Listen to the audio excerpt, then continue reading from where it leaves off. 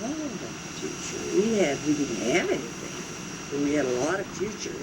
Life was great. It was fun.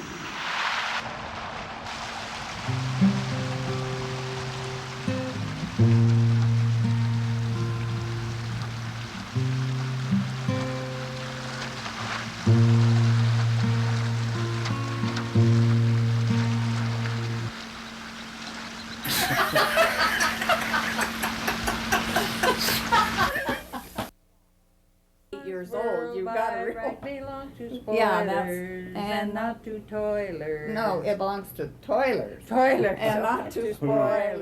Dad just of flipped him liberty. It does belong to the spoilers, but I remember that. I remember he worked at this one place, and there was a mouse in the cream, and they were going to take the mouse out and make the butter anyway, and he quit. That was my father, though. Oh, really? Anytime anything was wrong, he quit, yeah. And if someone else was mistreated, he quit.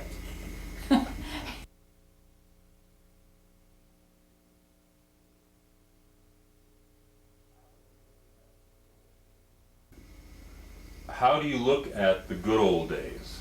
Do you look at them as the good old days or as days that are better remembered and not lived? Those were the good old days as far as I'm concerned. I always enjoyed everything about it.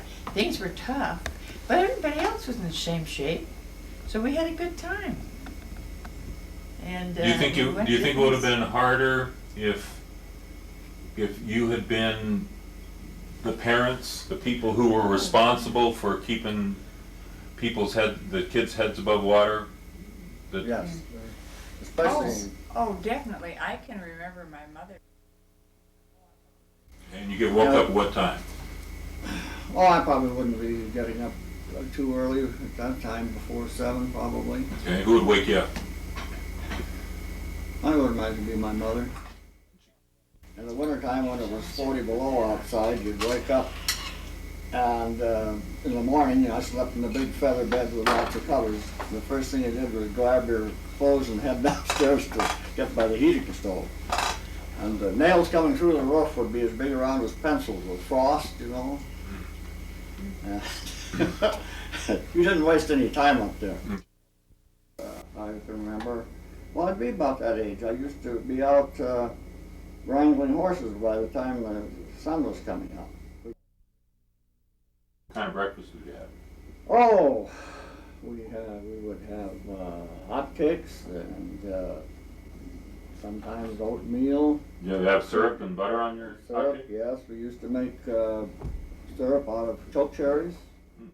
You would have eggs. So a big breakfast. A big breakfast. You had to, because you were going to be working hard. I couldn't even eat a breakfast. I couldn't even eat a breakfast like I ate in those days.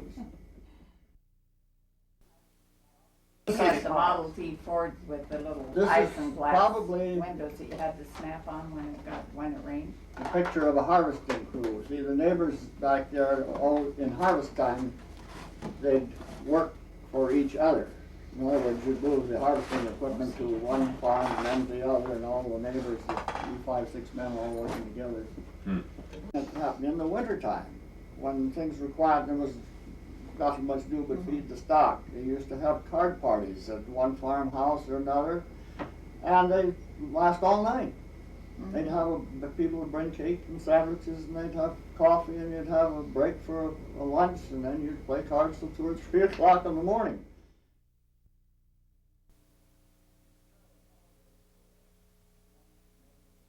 Generally, holidays were at one neighbor's or another's, with 3 or 4 families would be there. One Thanksgiving. Generally, you didn't have it alone. You generally. So it was like a potluck or something like that? Sort of, yeah. The women would bring some, different things. They would agree on what they were going to bring, and those were big dinners. I mean, the food, you couldn't imagine a spread of food. Homemade bread, oatmeal, always oatmeal. always oatmeal. Dad couldn't get along without his bowl of oatmeal, so we all had oatmeal. And we probably drank, well, I don't know, were you old enough to drink coffee? I wasn't yet. Oh, I think I had coffee Yeah. by that time. Did you have milk and sugar Milk. on your oatmeal? Oh, yes, and we got the milk Milk was and sugar delivered. in our coffee too. Remember, Cream. this was November, You so took it the would cream freeze. off of the top. But the cream had pushed the paper lid up, remember? Yeah. Sometimes the cream would be clear Mhm. up, and that's what we had on our oatmeal was the cream from the top of the. Sounds pretty good. We always had a Christmas tree. My dad would go over in the breaks, they had these scrawny old junipers. So he would buy a juniper tree, 5 or 6 feet tall, and he'd cut a bunch of extra boughs, and he'd come home and bore holes in the trunk and put these boughs in there, so by the time we got through, we had a halfway respectable looking Christmas That's tree. funny. So we had a good time. And Do you think we went do you think it to would have been harder if you had been the parents, the people who were responsible for keeping the kids' heads above water? Yes, especially, Oh, definitely. I can remember my mother telling me, we landed in Washington and my dad didn't have a job and we all needed shoes. So he went down and had us all fitted for shoes. And then he told the clerk, he said, "No, I can't pay for these. You help me get a job." So the man got him a job carrying hod down on the waterfront there.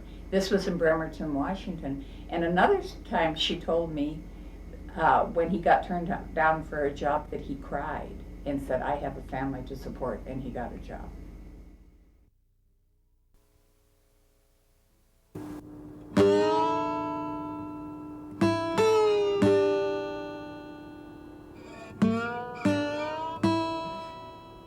I don't know. It said in that in senses that my grandfather Caplis was an agent.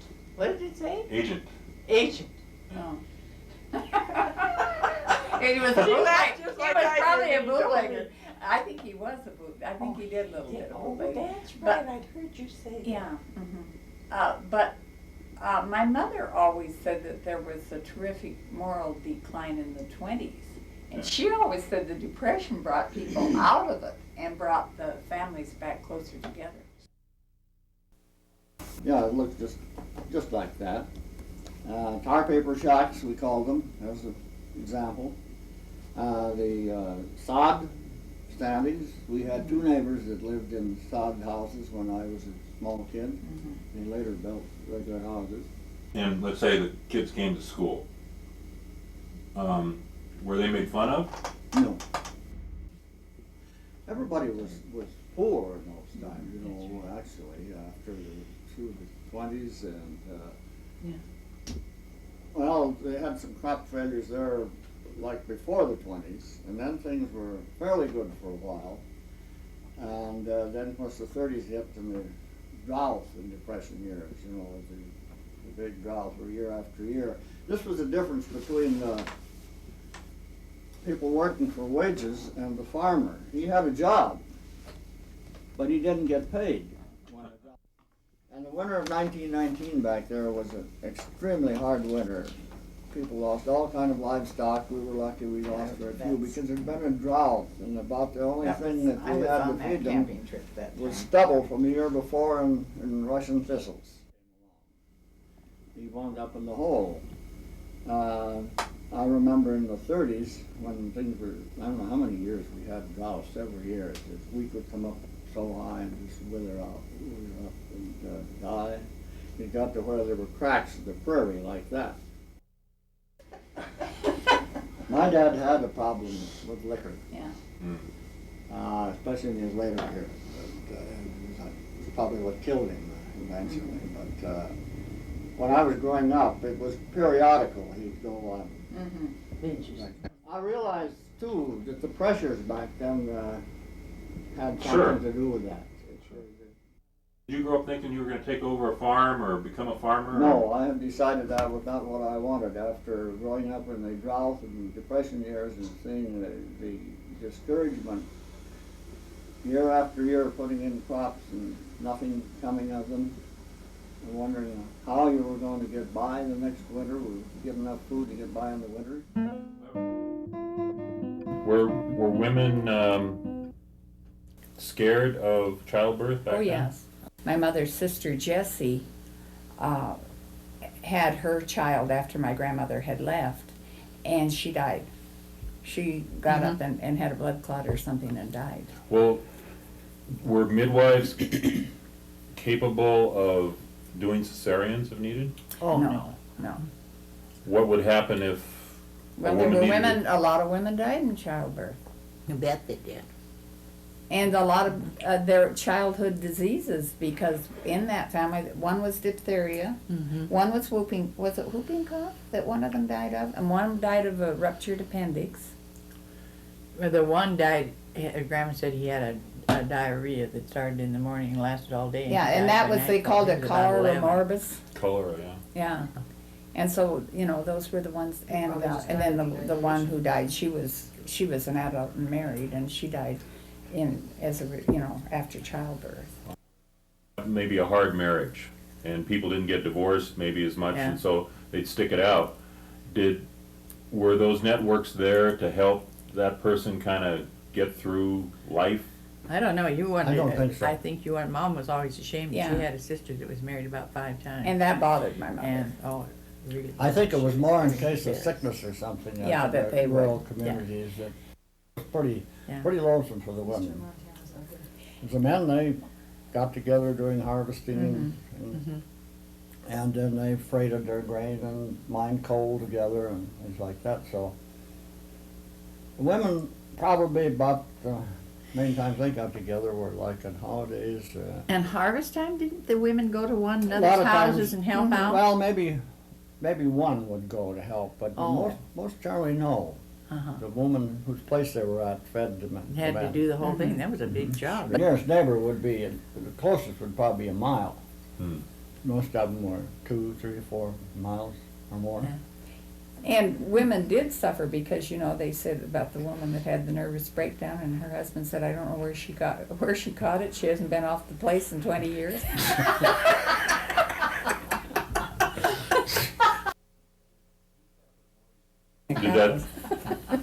Who suffered more, do you think, from the isolation, your mom or your dad?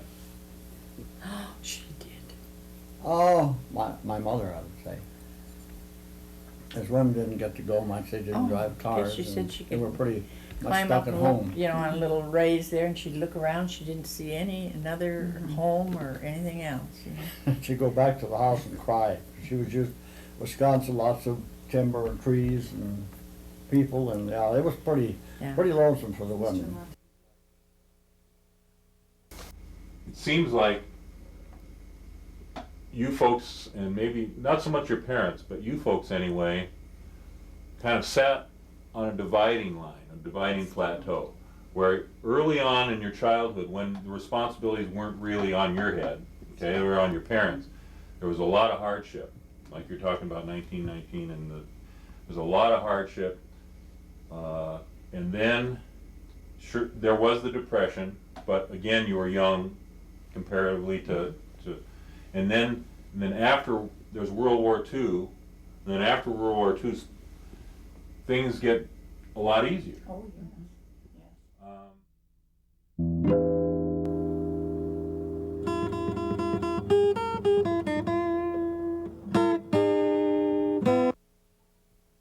What was your mom's favorite color? I don't know. She had a lot of green in this house. Remember, she Yeah. had a lot of green in her when she did. How about your dad? Did he have a favorite color? Probably red, since he was a communist. For parents today, what would be their main concern today? Well, their main concern would be the future of their grandchildren and what. Economically, we could do spiritually, all the way. All of them. The way the country's headed, and what do you think they do? What do you think they do? Oh, they'd be organizing. That's right. And always a Christian communist, he used to tell us. he switched parties in office and ran for re-election as the progressive, in the Progressive Party. And of course he didn't fare too well because eastern Montana is fairly conservative, so he got defeated. And he came very close, but he was defeated. I remember my mother telling me about when they were newlyweds, and she was from Clinton, and that they were walking along on this beautiful moonlit night, there was snow on the ground, and all of a sudden my dad lay down on the ground, and she said, "Ed, what's wrong?" And he said, all of a sudden I was back in France and I was so tired and I had marched for so long, and I was just overcome with weariness.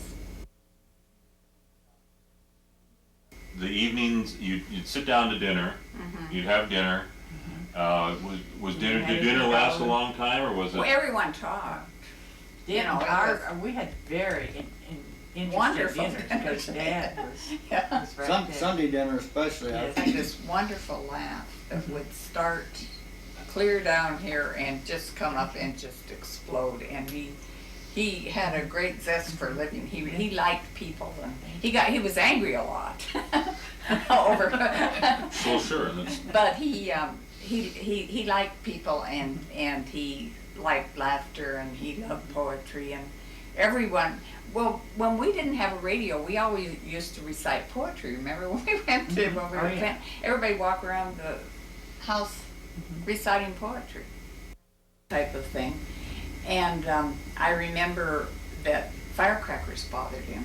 If you lit a firecracker near him, it was very disturbing. And then my father was very emotional and given to giving speeches and shaking his fist at the mirror and that type of thing.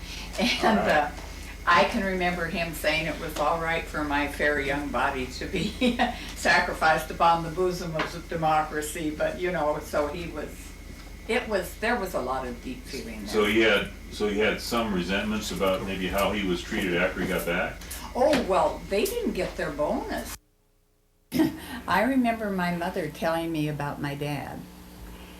I can't remember how it came up, but it had You told something to that do story with before. shoes. Oh. I didn't- And she said, you know, your dad always likes to see people in good, sturdy shoes, because he said we didn't have them when we were growing up, and we didn't have warm socks, and because although their father owned quite a bit of property and stuff, he was rather a hard man to live with, and I don't think he was that concerned. And he said he can remember having holes in the bottom of his shoes, and it was cold. And so that's what my mother said. Shoes were always so important to your father. Good, sturdy, warm shoes. These men in Clinton with no jobs, and they were bringing men up from Missoula to work on the jobs. And that's when my mother and dad formed that union. My mother and dad, the labor and a lot of organi- people. I And what just Mom came up there wrote and- was, it was Hinky Dinky Parley-Vous. See, it was a parody on that. And it was, the Chamber of Commerce drew a ring, parlez-vous. The Chamber of Commerce drew a ring and thought we couldn't do a thing. Hinky Dinky Parlez-vous. The labor union, it stepped in, parlez-vous. The labor union, it stepped in, parlez-vous.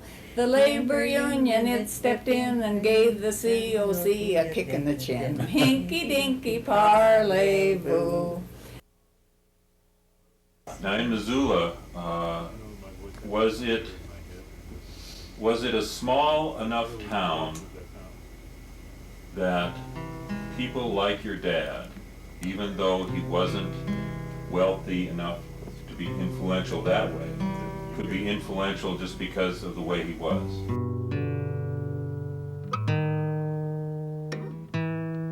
But at the same time, he was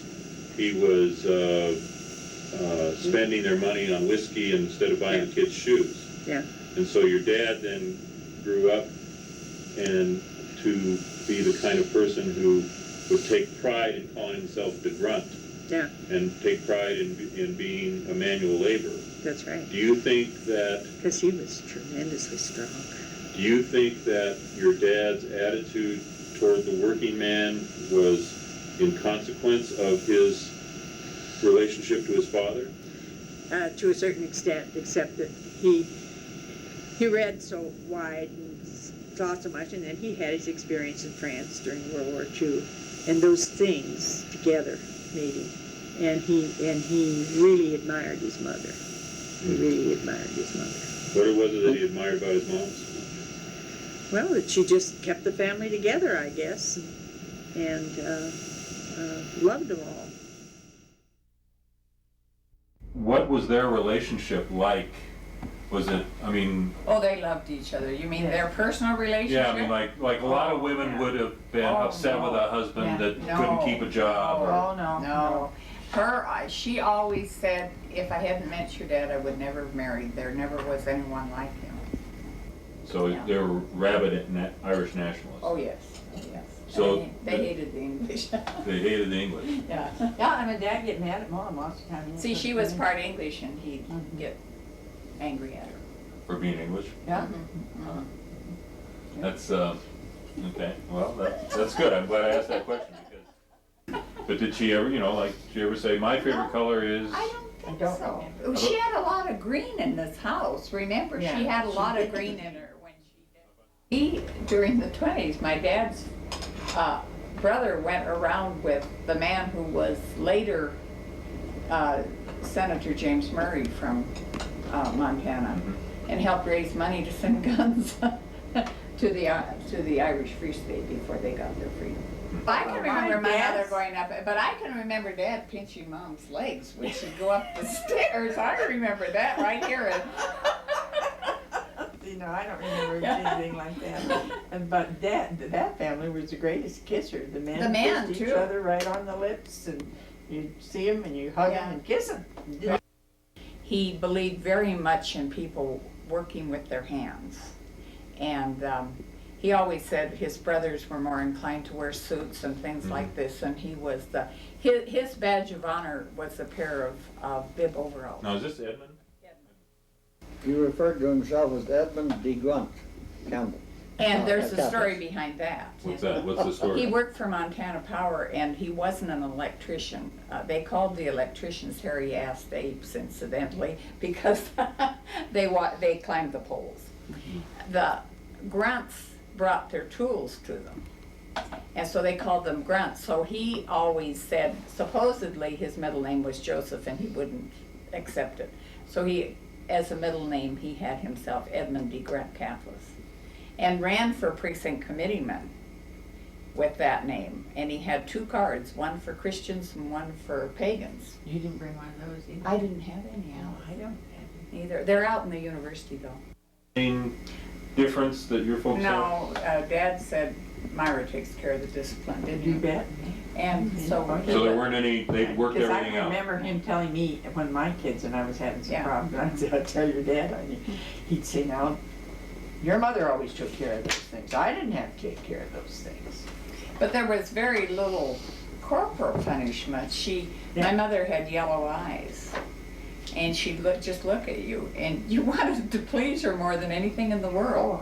Oh, When you did she have use to it? be quiet. You have to be quiet for 10 minutes. Well, Man, that must That have was really hurt. impossible. well, and we Remember? sat in And sit in chairs. the- you We sit sat in in the chairs. Sit in the chair. So she invented Be time quiet. out then? Yes. Oh, yes. Talking about getting up in the morning, remember he always got up and the fires were Yes, built. and then caught it. Oh, I hate to get And no, but then he'd play the Star Spangled Banner on the radio and the dog would howl and we'd all have to jump out of bed. In spite of everything that Roosevelt did, that wasn't what brought the country out of the Depression. It was World War II. Yeah. No doubt about that. good thing to bring out. And I cried bitterly when it was going on, and I had heard him make a speech just previous to that and saying, I hate war. Yeah. And I wouldn't take this country into war. And tell me they And didn't. I was crying. My Right. dad was sitting there looking at me so sadly, And that's when we were huddled around the radio listening. Mm-hmm. Well, here's a.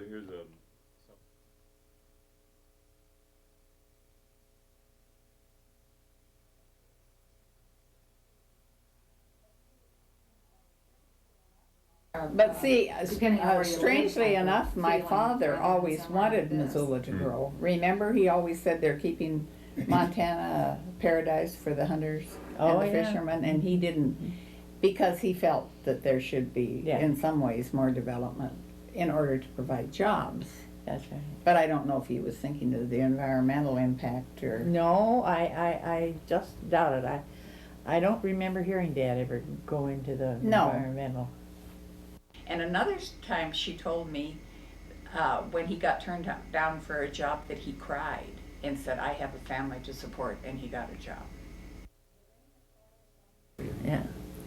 The rain it falleth on the just and on the unjust feller, but mostly on the just because the unjust has the just umbrella.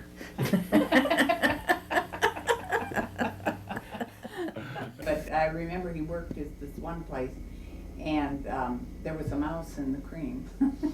And they were going to take the mouse out and make the butter anyway, and he quit. That was my father. Oh, Our cousins used to tell us our dad was going to go to hell all the Yeah. time, and my mother Oh, would yeah. say, if a man as Everybody good as your benefits. father goes to hell, everybody's going to Pat. I can remember her saying. so if community is the milk, what was it that was thrown in to curdle the milk? I wanna know what happened. That was really why we came here, and I'm glad we still got, because we The wanna world, the know. flesh, and the devil. I'm just curious. Because I think those are the things that are causing the unrest in the world. Do you believe in the transubstantiation of the Yes, I do. wine and I bread do. into body and blood? Mm-hmm. How about you, Alice? Do you I believe think that? so. I'm not sure, you know, I haven't been a pastor. Now, see, I think if Christ Practicing said it, Catholic that for a he'd long either time. have to mean what he was saying or he was a liar.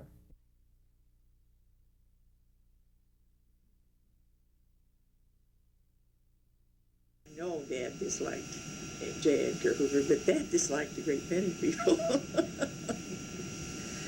What would, here's a question,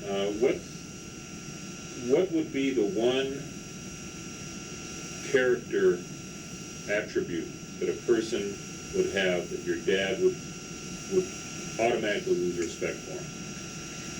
But they lied to him. Oh, That yeah. made him Honesty. furious when he found out someone had lied to him. So above anything else, dishonesty. Yes, I would say so, absolutely, yes. because he was a really honest person himself, and he couldn't tolerate dishonesty. Did a person get a second chance? If he was Well, dishonest? usually it wasn't anyone that no, they didn't get a second chance. He never forgave him. He didn't, even in his own family, he had some of that he did. Tom Haynes was in the legislature at that time, and he was one of the candidates that was there. And he got up and said something absolutely contrary to what Dad had said. And Dad said, "You and I both worked on the railroad for 10 cents an hour. Well, first he You said, mean you've forgotten that or something?" first he said, don't give me that stuff, Tom, Yeah, and then he yeah. went on with the rest, and Yeah. Haynes' face got But red. see, I think another thing that how they would all gather around with their lunch boxes during their lunch break and listen to my father because he had so much to say. He was so well read and he knew so And much. another one of them- He was well liked by. There was a professor, Professor Freeman, and he had this who was a professor emeritus out Yeah. at the university, and he had this English. deep admiration for my father. People just, sometimes I can remember it bothered me a little bit thinking that we didn't have as much as some of the other people. Yeah. But the thing we always had, that both of our parents were completely honest. I never felt like they lied to us, ever. What was Tom's name and Helena, but anyway, we belonged to the Montana Senior Citizens Association. Talking with him one time, found out that he had been in Missoula, and when I told him who my father-in-law was, he said, "Oh, the philosopher." That's right, he was wonderful. And he had worked with Alice's dad, your both your dad. As, Well, as a young fellow yeah. in the summertime. He had worked with him, so he knew him real well. So Missoula was still small enough that a person of lower economic status could gain a reputation just through his own personality. Yeah, that's right. I think we were always looked up to and respected more than we realized.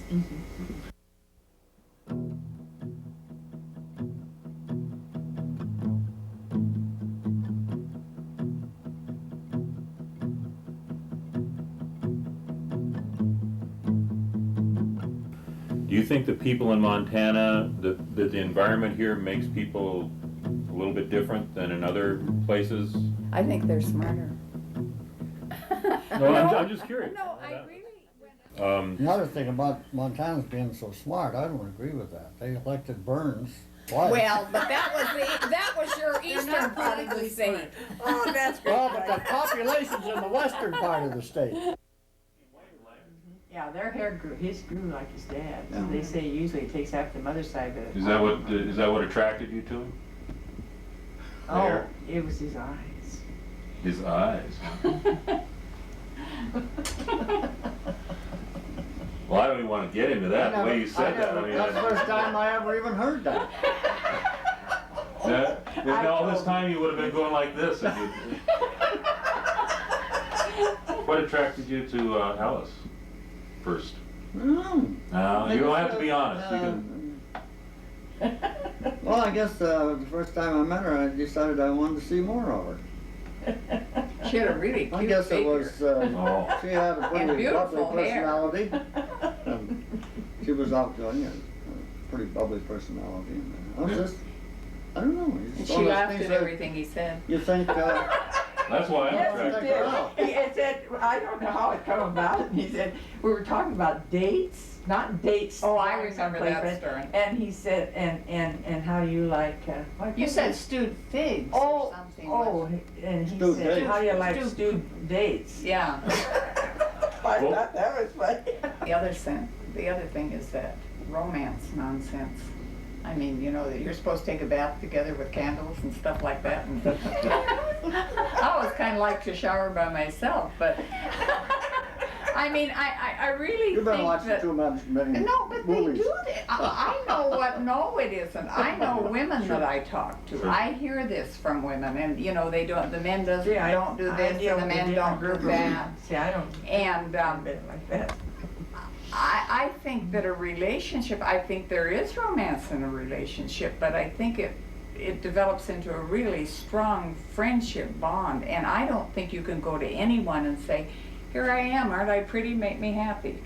I think the problem is that either one anymore don't feel a real commitment to, that it has to be a long-lasting relationship. But the minute something comes up that they don't like, Yeah, that's right. they're ready to call it quits. Well- What happened after I saw it happening. After World War II, wages were pretty good, there was a lot of work, and these union people got a little bit affluent, they were able to buy a snowmobile and a camper and a boat, and they started voting Republican. Oh, that Like always the has, other- you have to give What? a full day's work for a full day's pay. And that's just a moral fact. Yes, but what That's are they not going a- into now in the medicals where they're overworking? Jody was just Yeah, talking to her husband the I other know. night, and he'd worked how many hours? 16? They work from Something sound- 11 in the forenoon till 3 the nurse. next morning, Yeah. and he's on a salary. Mhm. Be one of those salaries. Oh, yeah, Yeah. okay. That poor kid. Yeah. And she always works 2 And or they're 3 hours doing that a all day. over the place with the nurses. I wonder in your age group, pre-baby boomers, is your attitude, I don't know, is your attitude fringe, or is there a large group of folks from your age group that believe that the World War II was not, Fringe. it's a fringe? Yeah. Did you just not talk about it during the war? Well, Yeah, of you course, were, we had ourselves. we Yeah, talked we among talked about it ourselves, but And at that the time, if you dared go out in conversation. public and say that, No. you've practically been tarred and feathered. That's in a right. way. Everybody had to That's be for the war. And a lot of people don't really think about these things. No, they I don't know mean, enough people about are it. thinking about the next football game, or, you know, reading their People magazines or watching TV. It's the same thing that went on in Rome. You have to, if you have high self-esteem, you will be successful Oh. in America. And if you're not successful, it's because you have low self-esteem. What do you folks feel about that? It's a put down. I think it's a bunch of hogwash. We had someone at the university speak to our breakfast club that I belonged to a couple of months ago or so, and he was saying the same thing. It's all attitude.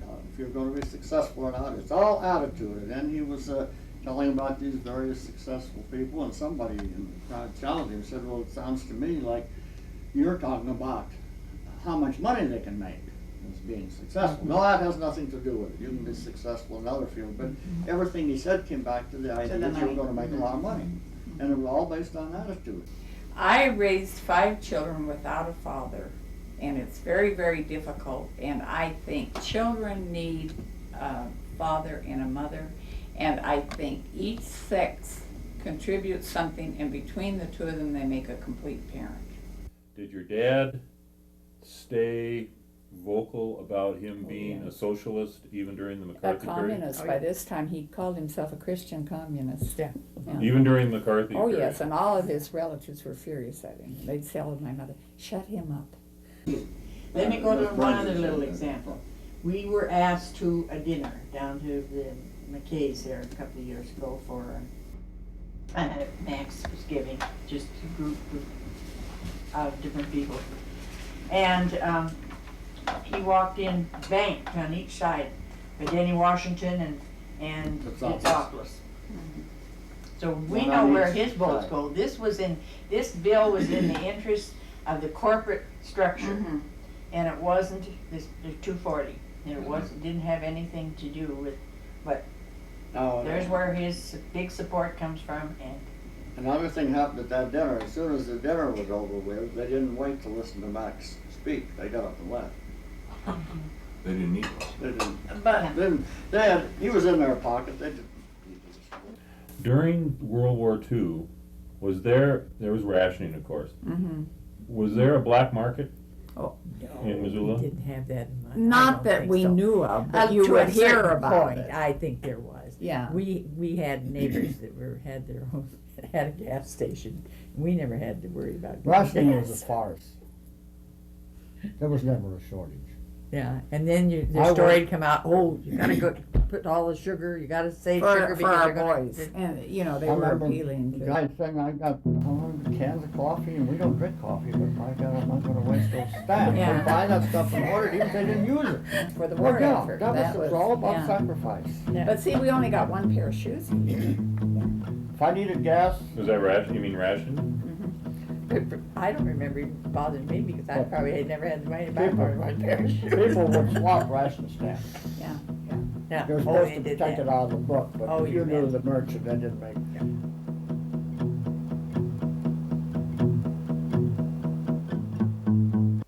Everything, and How did you feel when you heard about Hiroshima and Nagasaki?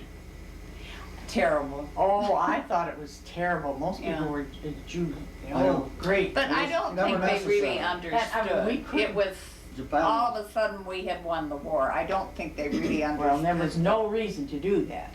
Yeah. No reason. It was just like the Gulf War. It was an experiment to see what we could do with our new found weapons and so forth. Always really appreciated, one of the reasons why we're doing this here is I've always appreciated the Campbells for being honest about the kind of windfall that came from World War II. Oh, definitely, definitely.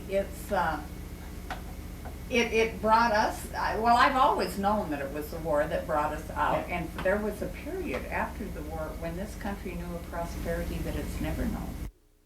So what does a young person miss if, from an education, if they focus on what will give them a successful financial career and don't study Shakespeare and the philosophers and people like that?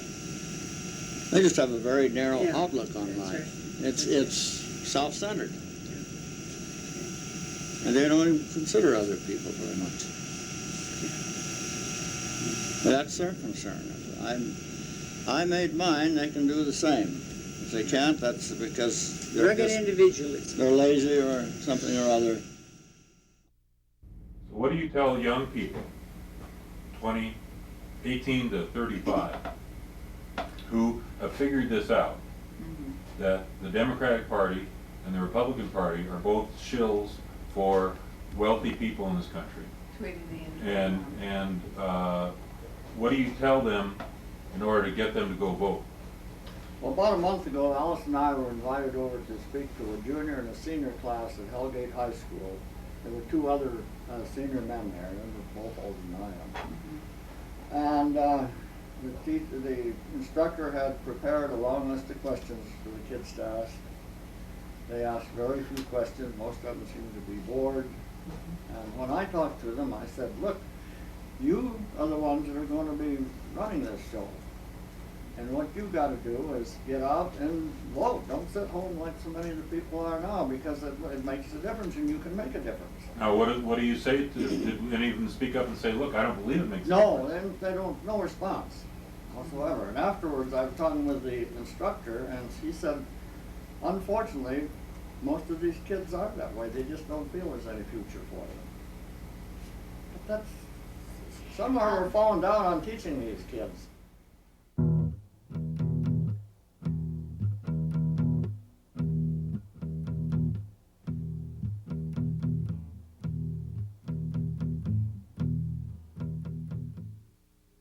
You remember where you were when you heard about John F. Kennedy being shot?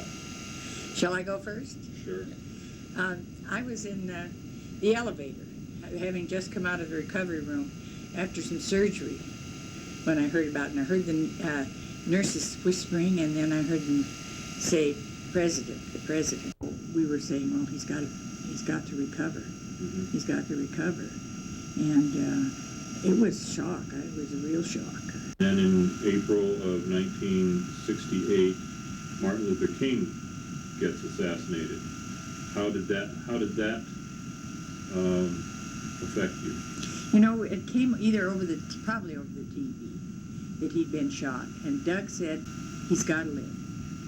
He's got to live. It'll just cause too much trouble in this country if that man is killed. Election night, watching the returns there in California, and all of a sudden it was Did the you shock. see- And we did you saw him see- slump. We saw him slump, and someone go to him right away. How did you and feel? to- What was your feeling? Oh, absolute shock, because we. But we come to a rather sad point in American politics when presidents and would-be presidents can be just assassinated at the blink of an eye. Oh, depressed and frightened for what was going to happen next. Do you think that had an effect on the young people? Yeah, I think they more or less opt out.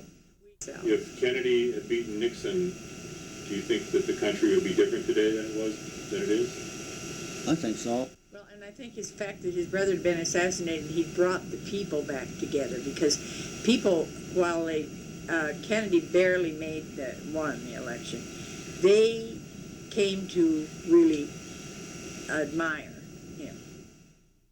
Liberal politicians, and I use liberal in the best sense of the word, killed, countries seemed to start going conservative. Now they elected and- Nixon, not once but And twice. my question is, if three conservative leaders, like say Reagan, Bush, and Nixon had all been assassinated, what do you think would have happened? Do you think the country would have gone liberal? No, They'd have gone more conservative. and they've gotten more conservative. So give me your theory about why it is you kill liberal politicians and the country goes conservative, but if you kill conservative politicians, you'll go more conservative. Well, ignorance has a great deal to do with it, and fear. Were your kids admirers of the Kennedys? And Oh Martin yes, Luther King? oh yes. I remember Linda. Do you think that the assassinations had an effect on your kids? Oh yes, Their it values? affected him. Oh, I know, not necessarily. Our kids are Well, most of our kids weren't very old at that time. No, I know. no. The age where Although Doug used to make them sit and watch TV with the Vietnam War. See, now you kids watch that, I want you to remember it. So I've never questioned them to find out how much they still remember. well, I don't think there's any gung-ho military ones among them, at least.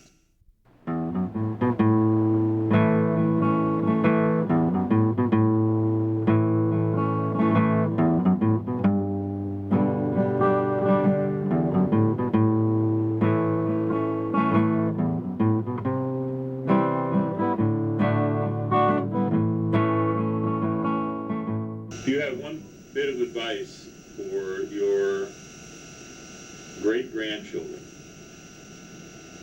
when they reach 16 years old? In the year Hey, I've got them all way past 16 years Oh, old. you have great-grandchildren or grandchildren? Oh, no, oh, that's grandchildren. I'm That's talking about your great-grandchildren grandchildren. in the year 2010 or 2015. Yeah. And you could just send them one message from the beyond. What would it be? Stay true to your values. Doug? What kind of values are they gonna have then? The ones like we watched last night? No, they're going to have the kind we, my grandchildren see they have. How about you, Doug? Well, I guess it would be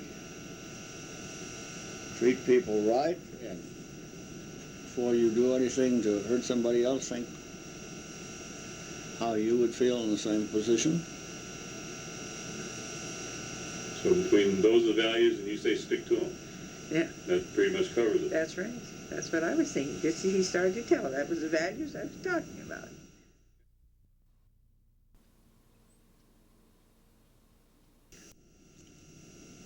And here we had all the future. We didn't have anything, but we had a lot of future. Life was great. It was fun.